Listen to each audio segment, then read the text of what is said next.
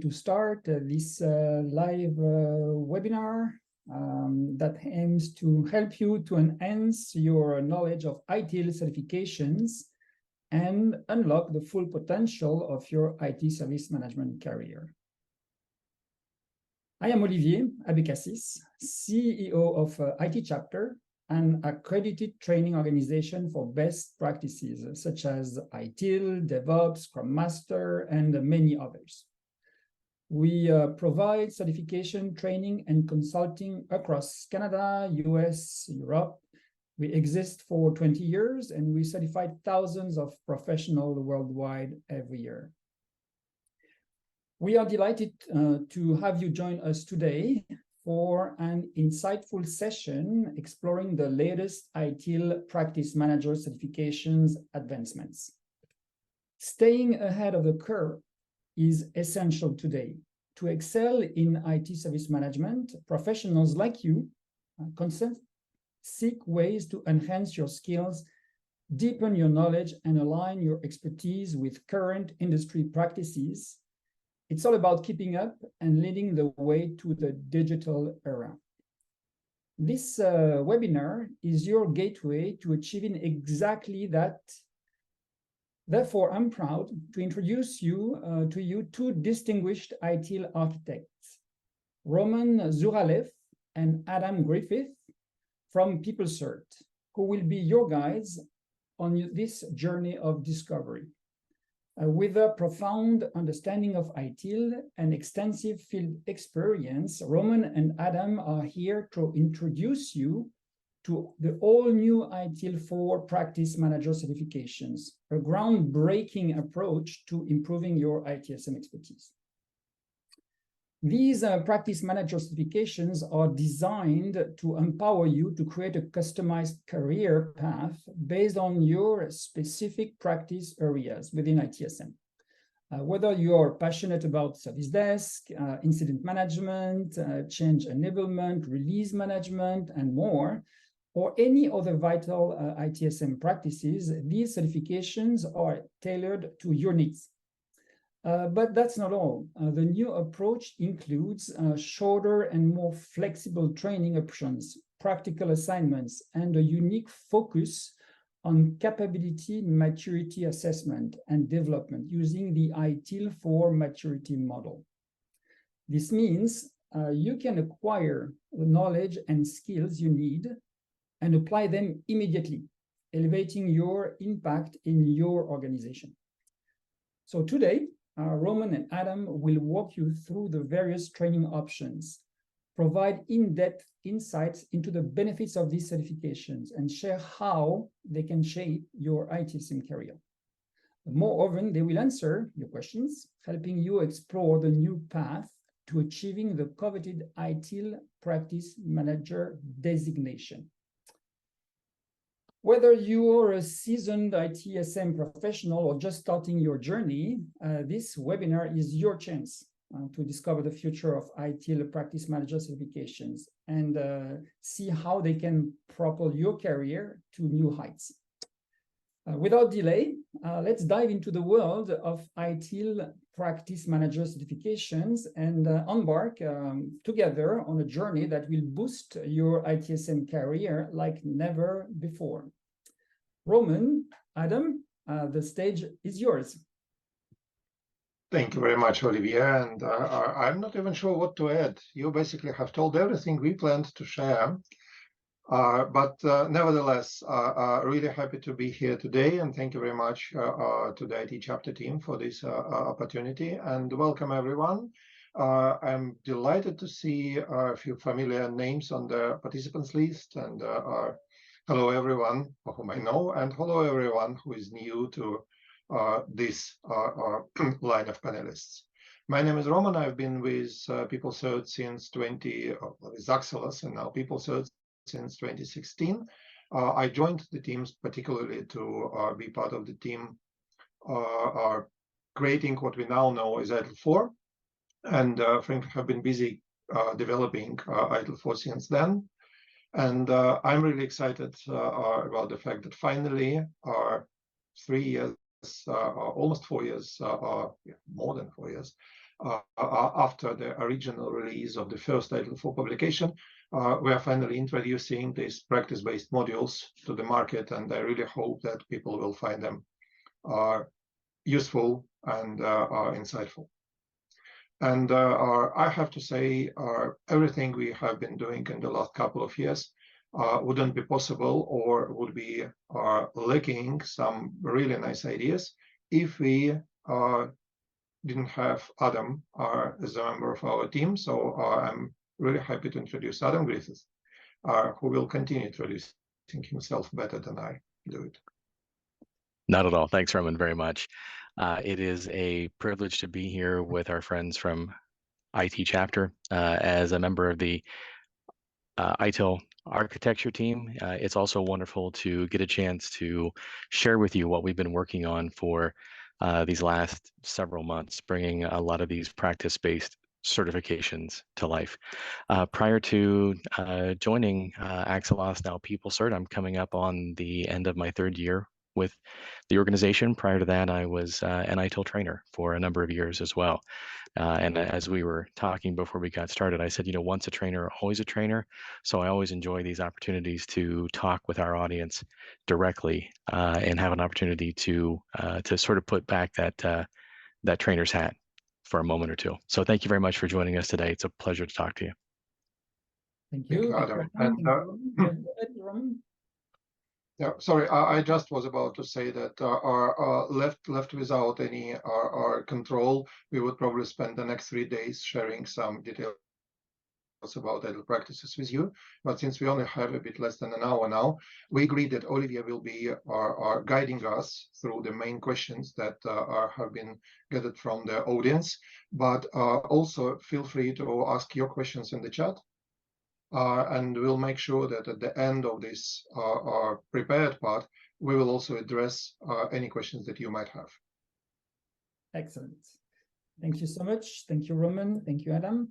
Let's start with a first one regarding the and let's give us an overview of the key objectives and benefits that the new ITIL Practice Manager certifications are bringing. Who wants to take that? Maybe Roman, would you mind? Okay, thank you. I also hope that you see the qualification scheme that we currently have in ITIL, because still we are not able to express our thoughts without at least one slide. So we've got one for today. And first, what we have now. You know that when ITIL was launched in 2019, we originally introduced 4 books on top of Foundation, and they are now in the center of this main part of the diagram. These were Create, Deliver, and Support, Direct, Plan, and Improve. They were launched back in 2019, and then in 2020 we launched High Velocity IT and Drive Stakeholder Value. And these 4 modules, they together lead to a designation known as Managing Professional. Unfortunately, fewer people know that at the same time in 2019 and 2020, we released 34 practice guides that have been available in my Axelos since then. And we had this idea that people will be going into my Axelos straight after Foundation and start using those practice guides, and they will be applying them in the area they work in. Meanwhile, we launched another track, another pillar in this scheme, which is ITIL Strategic Leader. And this consists of Direct, Plan, and Improve, which we already had, and a new one, which we launched in 2021, Digital and Data Strategy. But then we realized, having observed it for a while, that people actually do not use the practice guides, and many people are not aware of the practice guide as much as we expected them to. And we were listening to the end user organizations who ITIL is addressed to, and we were listening to the training providers as well. And we have been receiving this consistent feedback that people need training and certification based on the practice guides. Some of these people were just saying, we don't like reading, we prefer somebody else to read slides to us. Some people were saying we used to send our people of certain roles to, I don't know, service transition or RCV in the previous version of ITIL. Tell us where to send them now. We don't want to change anything in our approach to training. We just need a better and new training of the same or similar scope. Some organizations were saying we want to have flexibility and be able to combine practices according to our today's needs. Other organizations were saying, give us please some bundles that would be more or less similar to what we are used to from the previous versions. So we were listening, and you know that when we launched originally the practice guides, we made them put them separately from the core books, so we could update them faster and easier than before, without triggering a cascade effect of update of multiple entities if we need to introduce a new and better way of managing, I don't know, changes. So we use this opportunity to update some of the practice guides, and this year we finally launched we launched so far 10 or 15, but we are now about to launch the last batch. And by doing this, in April, we finally introduced this left-hand pillar of the main part of the model, which includes 15 practice-based modules grouped optionally in 3 batches of 5 under the names that you see on the screen, and a respective designation of ITIL Practice Manager. And by introducing this, we finally completed the scheme, offering something to practitioners, managers, and leaders in the ITSM domain. And this also allowed us to relaunch and complete the new version of the ITIL Master designation. But I already indicated a lot of things, each of which probably deserve a special question or a bit of rabbit hole. So let's stop me now. Okay. And see what's next. Thank you so much. Now you you mentioned the different certifications, and how do they the concept of customizing a career path based on these practices, how does that cope with these certifications? Maybe Adam wants to share that with us. Certainly. Part of developing the practice manager pillar in the qualification scheme that we wanted to make sure that we included was maximum flexibility and also optimization potential for candidates. For that reason, we've decided to offer the practices as individual one-day trainings, as well as defining these 3 what I'll call bundles, these 3 groupings, if you will, of the practices. So achieving the practice manager designation requires that a candidate, first of all, has the create, deliver, and support certification, which may have been obtained individually or may have also been obtained by virtue of the managing professional transition bridge that has since been discontinued, but meeting that CDS requirement, along with 5 practices. Those 5 practices can be achieved in any one of a number of ways. One way is through these 3 predefined bundles, which include 5 practices. Now, those bundles are a 3-day training offering. And so within 3 days, we essentially do an exploration of 5 practices. There is some degree of overlap in some of the material, so it does afford us an opportunity to cover those 5 within a 3-day time span. But recognizing as well that not every candidate has either the budget or the time to commit to a 3-day training offering. These are also offered in a 1-day format as well. Now, personally, I like the 1-day format because it also allows candidates to develop an individual career or training plan based upon either what they're doing now, as well as maybe what they intend to want to do in the future. So as opposed to any of these 3 predefined bundles, I could say as a service desk professional, I could focus on service desk, perhaps incident management, but I could also maybe want to expand or branch my capabilities out to maybe include IT asset management or change enablement or continual improvement. If as a service desk analyst, I also want to participate in the organization's continual improvement team, that may be an opportunity for me to, again, to develop that that capability. So this opportunity to essentially a la carte or to customize your path to achieving the practice manager designation is afforded through both the one-day option, or again, if you want to achieve that in the least amount of time possible, the 3-day bundled offerings as well. Excellent. All right. Okay. Thank you so much, Adam. Now, Roman, I do have one question for you regarding the. Maybe you can share with us some example of how professionals would be able to apply their knowledge gained in these certifications immediately in their roles. How would that fit? Well, as usually with ITIL, the main thing is they will take the new certificate and apply for a better job. That was a joke. But on a more serious note, I dare say that practice guides are the most practical part of ITIL. They have some how-to recommendations. Although generally ITIL is more descriptive than prescriptive, they have how-to recommendations for not only elements of each practice belonging to one of the 4 dimensions of service management. So what would be the processes, what is happening within each of the processes, what are the inputs and outputs between them.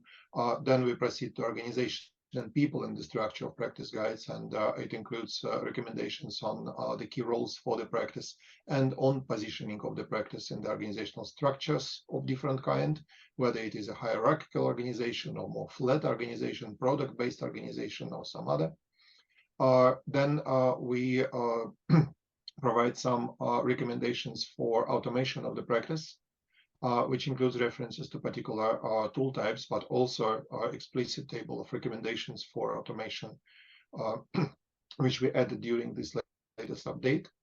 Then in the domain of partners and suppliers, there are recommendations on how partners and suppliers can actually help practice to fulfill its purpose.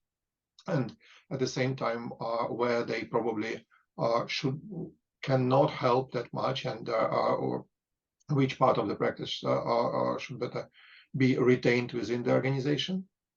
Apart from this practice-specific content, we also added during this latest update some material based on the ITIL maturity model, which we published a couple of years ago. And this material can be used for self-assessment of the practice capability, identification of the improvement opportunities in terms of reaching higher capability level, and then the capability levels and their attributes are mapped to the content of the practice guide. So basically, the actual practice guide can be used not only for assessing, but also for structurally improving the practice in your organization. And last but certainly not least, we added during this update more material on integrating each of the practices in the organization service value streams. This is something that was rather limited before the latest update, and now we have some recommendations on analysis and mapping of value streams and on integration of the practice described in every particular practice guide in the organization's value streams. So I dare say it's very practical. Okay. In many ways. Excellent. Thank you, Roman. And you mentioned the ITIL 4 maturity model, which I personally love and use in my practice. Maybe and that could be a question for Adam. Maybe you could enlighten us about that maturity model and how it plays inside the new ITIL Practice Manager certification. How does it benefit or help the practitioners that we are? In which ways? I always feel fortunate when this question gets directed to me, because it's a topic that I think I could probably talk about for much longer than you want to allow me to talk about it. So I will try to be brief. But the addition of the aspects from the ITIL maturity model into the practice guide, I think, is some of the most game-changing attributes that we've added. The ITIL maturity model is a tool that we developed approximately 2 years or so ago. It was developed for our community of accredited consulting partners, or you may hear me refer to ACPs. The consulting partners utilize the ITIL maturity model to essentially examine and assess the level of maturity in their client organization, excuse me, utilizing the 5 aspects of the service value system.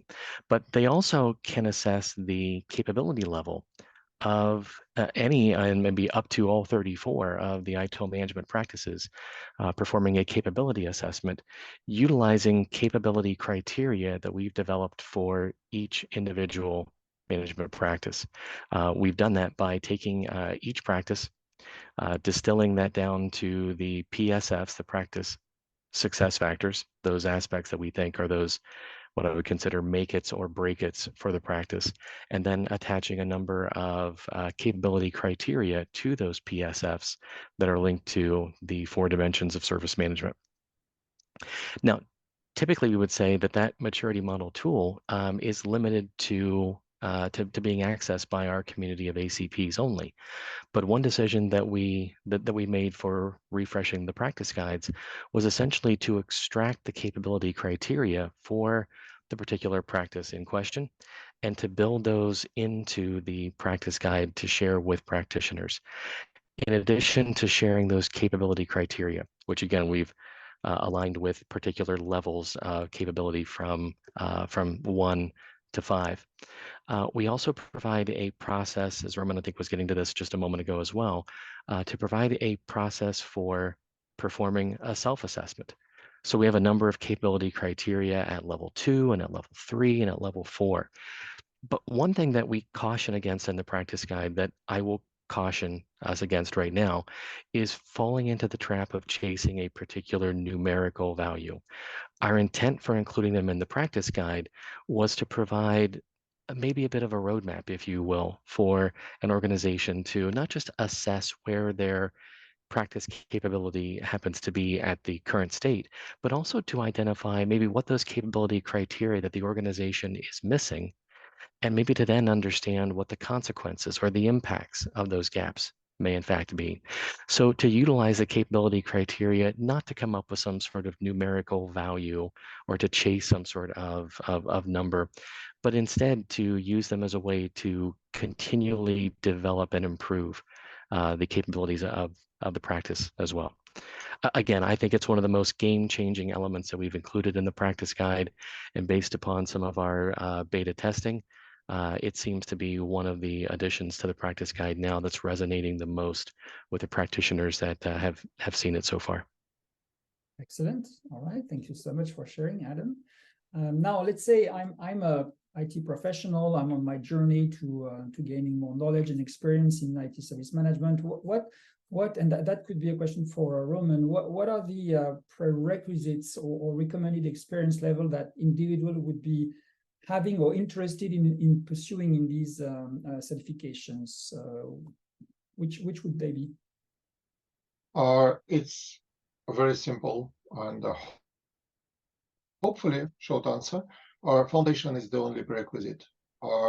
We believe that for practitioners, for people who actually work in the practices, in the context of the practices, in the specialist teams, foundation is the only prerequisite. And for these people, that would be the next logical step, either for a group of practices or for individual practice that they are most related to. But that would be the next step after foundation. We require foundation as a prerequisite, however, because the very structure and a lot of terminology in the practice guides and those modules, they are based on the foundation level knowledge and the knowledge of the key ITSM concepts and key ITIL concepts, such as service value chain, service value streams, for dimensions of service management, and the like. And given that individual practice training is just 1 day, and to be honest, 3 days, 5 practice training is even more condensed, there is simply no place for a foundation recap and for reintroduction of the basic concept. So foundation is a prerequisite. Right. Okay. Excellent. Thank you so much. Now, in terms of the support and resources that are available to participants during and after the certification journey, what would they be? Who wants to take that? Maybe Adam, maybe? Sure, I can take that. So as this is an ITIL training, you can expect consistency in the resources that you will receive during the training. So not just the actual practice guide itself, so that resource, but also additional exam preparation type of resources like the syllabus, 2 sample papers as well, so that way you have an opportunity to gauge your level of preparation and readiness for the exam. But I think I really want to focus most of my answer in this case on the practice guide itself, because the practice guide is, of course, one of, if not the best resource for preparing for the exam. But we've also, as Roman was talking about earlier, really focused on it being practical and it being useful, and not just during the training and preparing for the exam, but also as a resource that practitioners can go back and make reference to. There are many aspects in the practice guide that we deem to be non-examinable for a variety of different reasons. Sometimes they are tables that are a great point of reference, but just don't exactly translate very well to exam questions. For instance, one is a competency model that we call the LACMT competency model.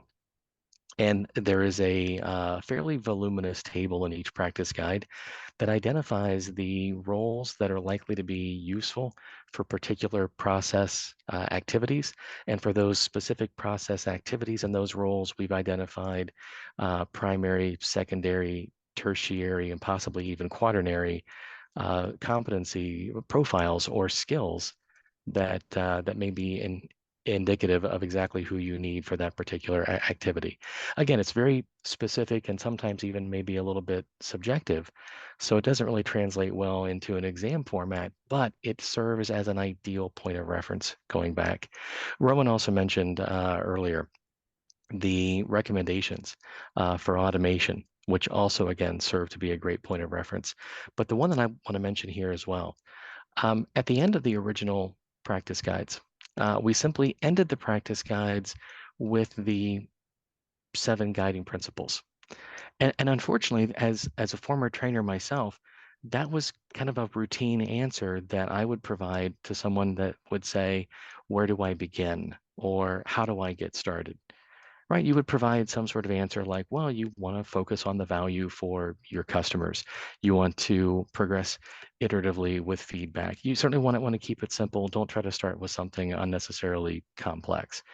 And while those answers were genuine, I don't know for the recipient that those answers were particularly very satisfying.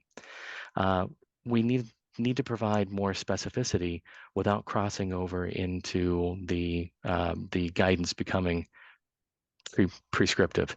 So what we've done at the end of each practice guide is we've created real, tangible, but non-prescriptive recommendations that have been inspired by or are rooted in the ITIL guiding principles. So as opposed to saying focus on value, we provide some specific recommendations around that emphasis on focusing on value. So again, I think the predominant resource that will continue to serve practitioners very well is the actual refresh practice guide itself.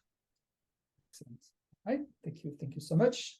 Now, these certifications, they do align with broader ITIL-4 framework, right? And the question would be, in which way do they contribute to this, to the organization's ITSM strategy in a whole? Maybe Roman, you or Adam, you can share that with us. Yeah, happily. Well, first of all, practices is not a new component. They have been introduced from the very beginning. It's a very important part of the ITIL architecture, and to be honest, of organization service management architecture, even if it's not built on ITIL-4 or doesn't follow this structure. So it's one of the vital components of the organization service value system. And they have references to in all the managing professional modules. We just provided more how-to recommendations for each of them and supported them with training and certification. So the role of practices in terms of the overall service value system has always been very high, very important, and it remains so.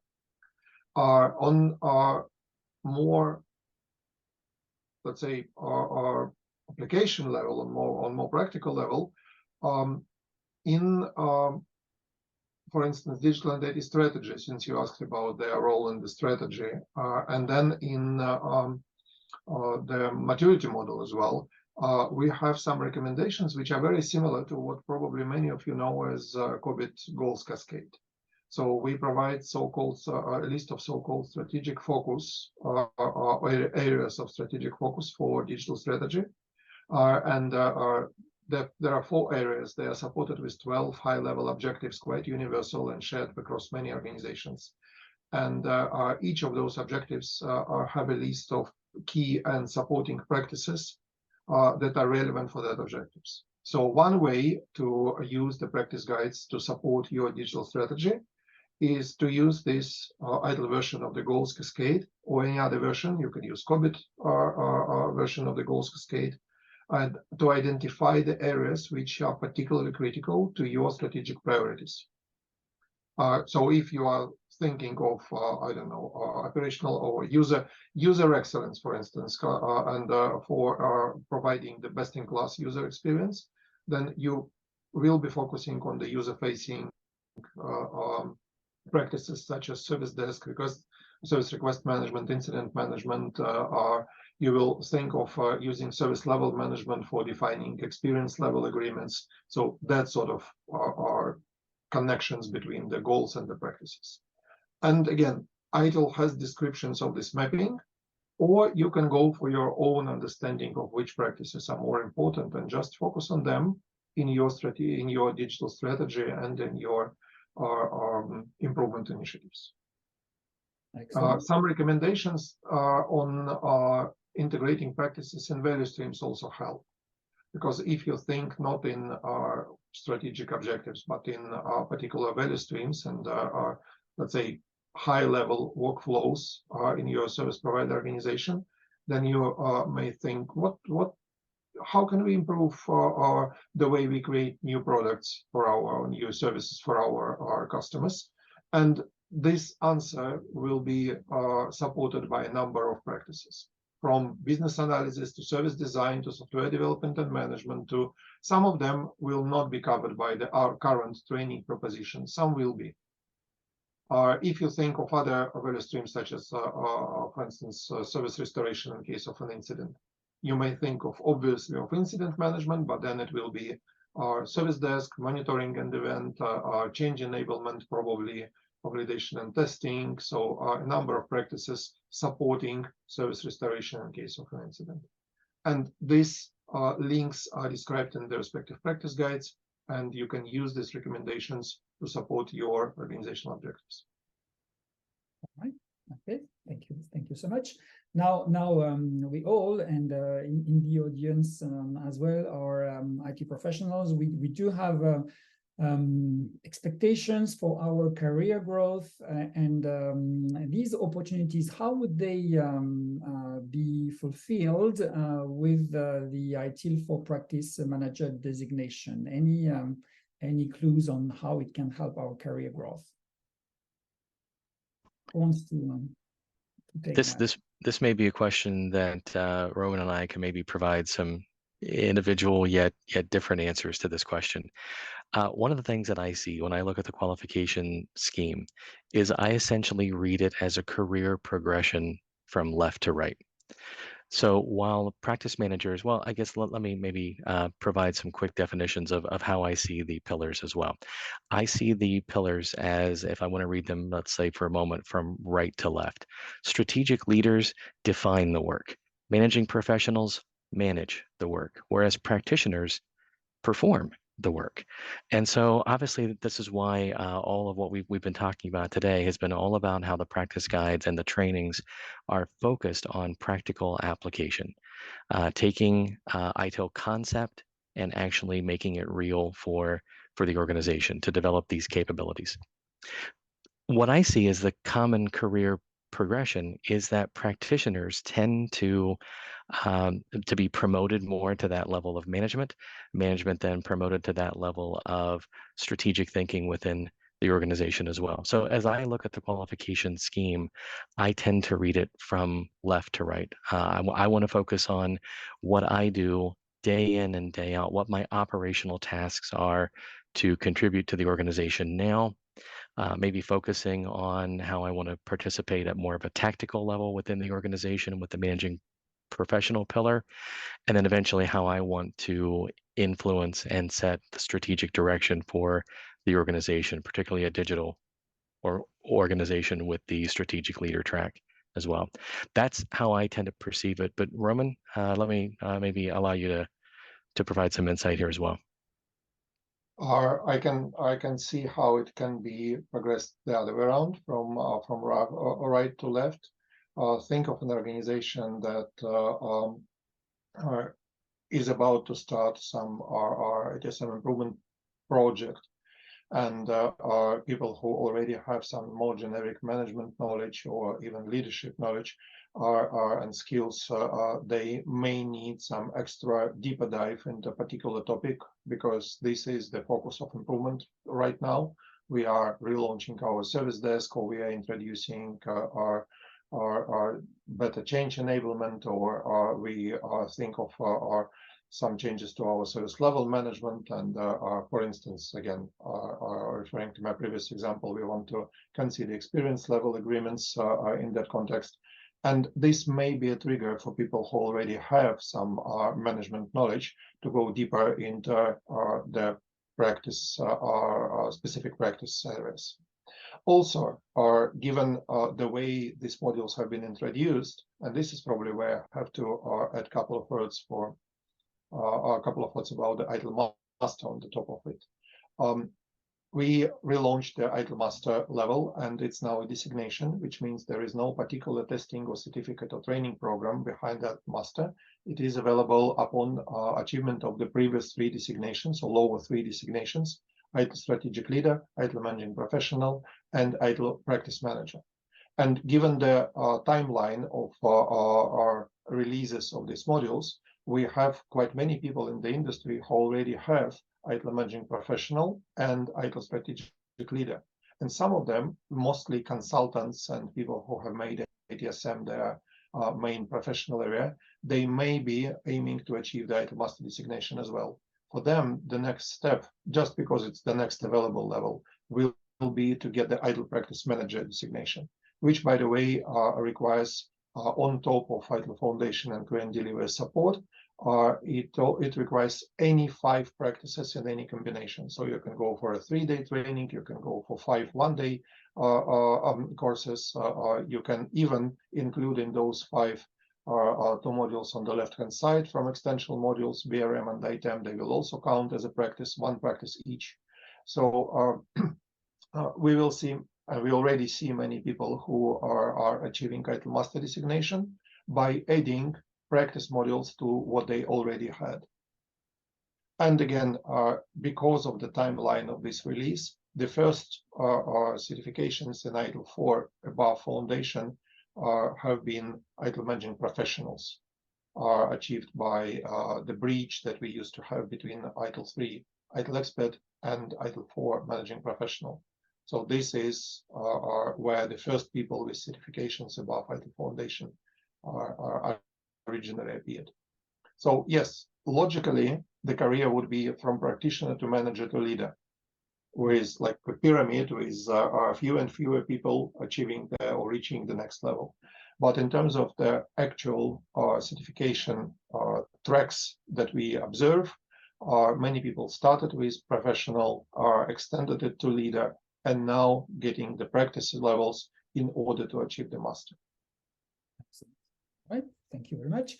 Now we are in an industry which goes at light speed, changing with new trends and technologies. How do you plan to expand or update these certifications in response to that industry trends or technologies? What's the plan?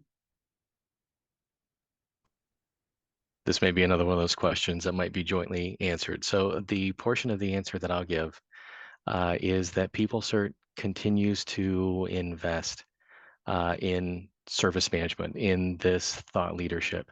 Our recent acquisition of the DevOps Institute, excuse me, is a good indication of that.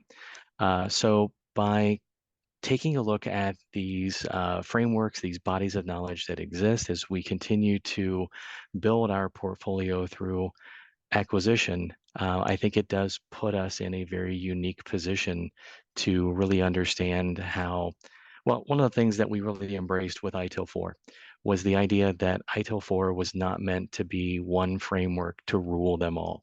It was really meant to be a framework that could complement and coexist with many other frameworks and bodies of knowledge that exist. And I think that Peoplecert is uniquely positioned in the industry to help to provide some guidance around that idea. Well, and any success stories or testimonials that from professionals you know who could have benefited already from the new ITIL Practice Manager certifications? Roman, maybe? Apologies, I was too focused on the chat and missed the one. I remember the testimonials, but not the words around. No problem. Just success stories or testimonials, or anyone that you know who already benefited from these new ITIL Practice Manager certifications. There are people who are. So we have few, not 2-3 people or individuals, but 2-3 groups of people. When we develop a new module, whether it is a one-day practice or something as big as digital and data strategy, we have a series of tests for each new product before it goes live. And the final test is what we call beta testing sessions, where we basically emulate training by delivering it to a group of people who are taken from the what we see as a target audience. And we actually have few people who attended our sessions like this on our webinar with us right now. I see Salomon, I see Kirandeep, I think there are more. So we have people who attend them, and then they have a chance to also test the exam. They take the exams even before exams are officially launched. And this is why when we have official launch, you see a number of people that start posting their certificates because they probably attended these beta testing sessions and they were waiting for their results till the day of the official launch. So with every new module, we immediately have few people who tested it and therefore are benefited from being the first to be certified. And those of these people who are already had these managing professional and strategic leader designations, they also are become eligible for the ITIL Master. So we had few ITIL Master people are sharing their certificates, and right now we are working with a few of the first ITIL 4 Masters. They agreed to share their journey and how they benefit and what they expect from this. So there will be a series of posts on the Peoplecert website and on social media telling the story of the first ITIL Masters.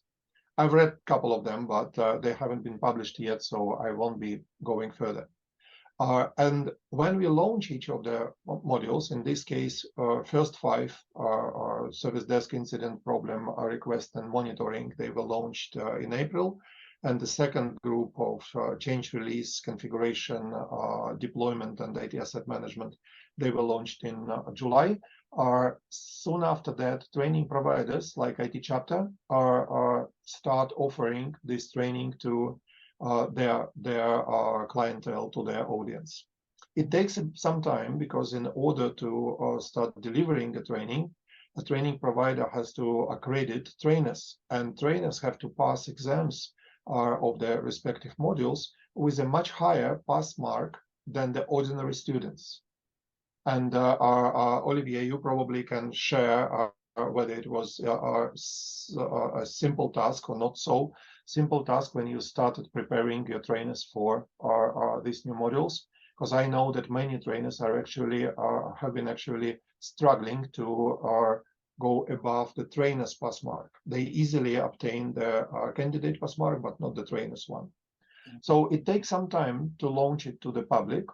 So we see the first people who are not participants of the tests and start taking these modules probably a month later or after the official launch. And now we have quite many who already enjoy the monitor, support, and fulfill, or individual practices from that group. We start seeing the very first of them for PIC, for Plan, Implement, and Control. And we plan to launch the third batch of Collaborate, Assure, and Improve in October.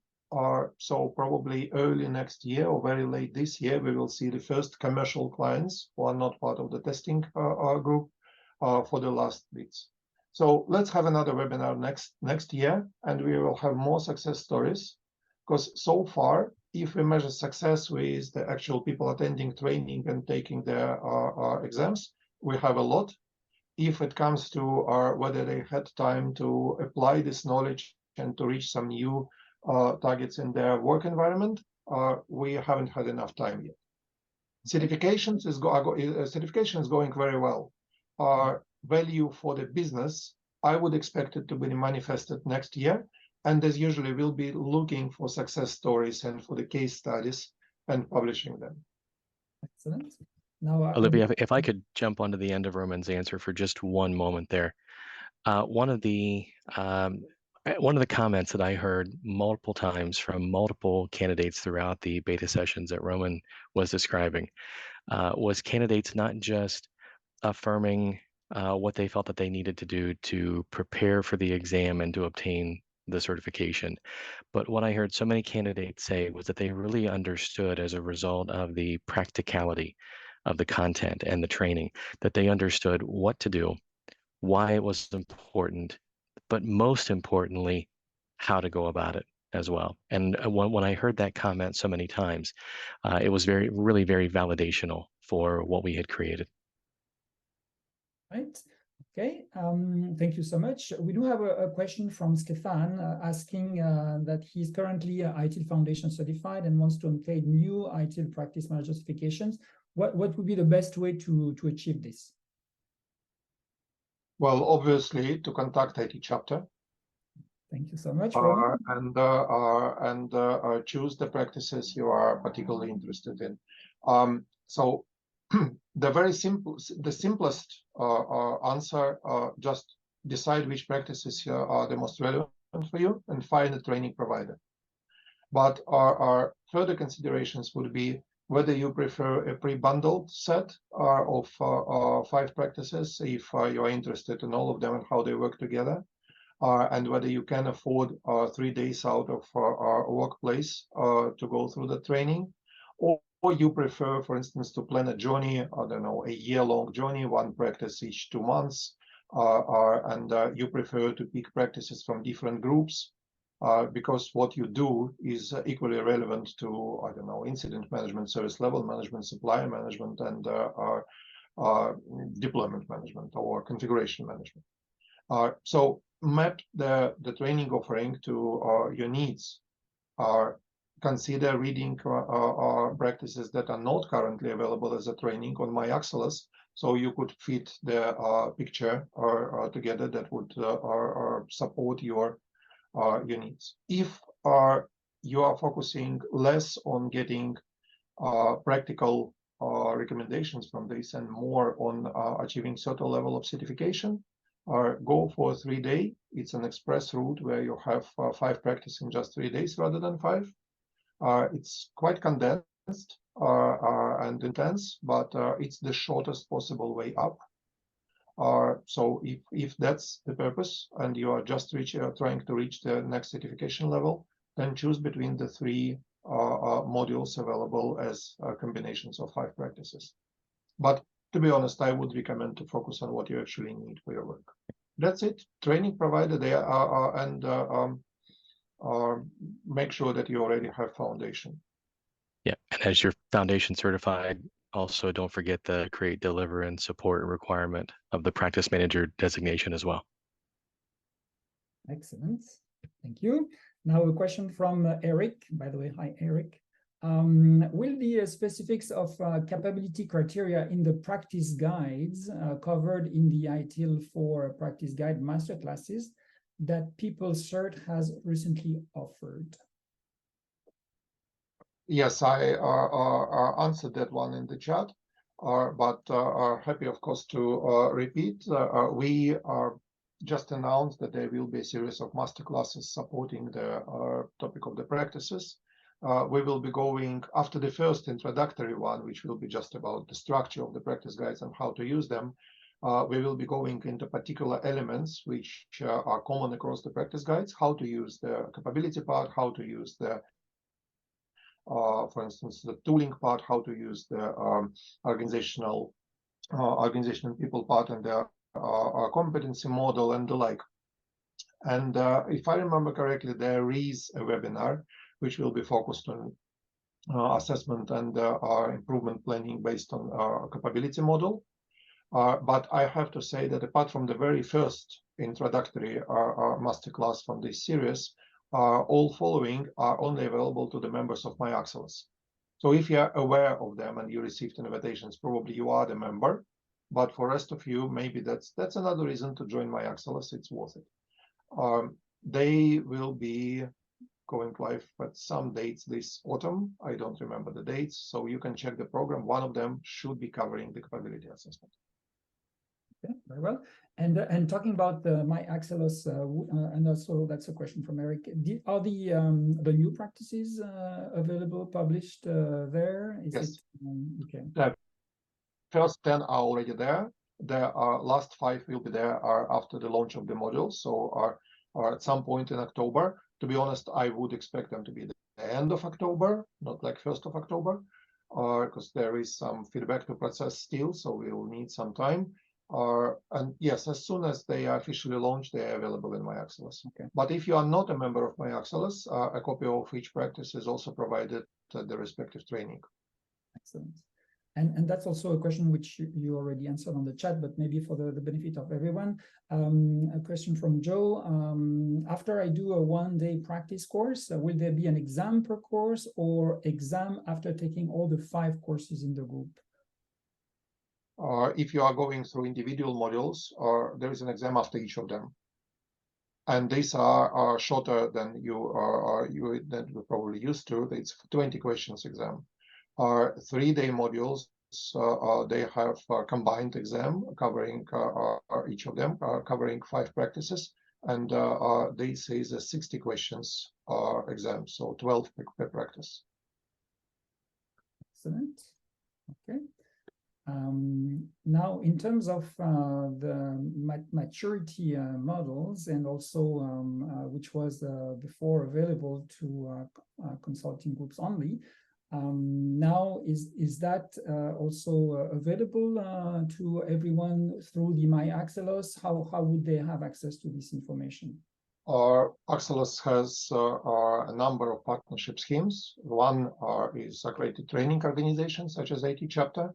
We have a partnership scheme for consulting partners, for tool vendors, and the one for consulting partners includes full access to the ITIL maturity model, and by the way, P3M3, similar maturity model for program and project management, which includes some assessors guides and some guiding, let's say, methodical materials, and an online tool to conduct assessments, and access to some data such as benchmarking.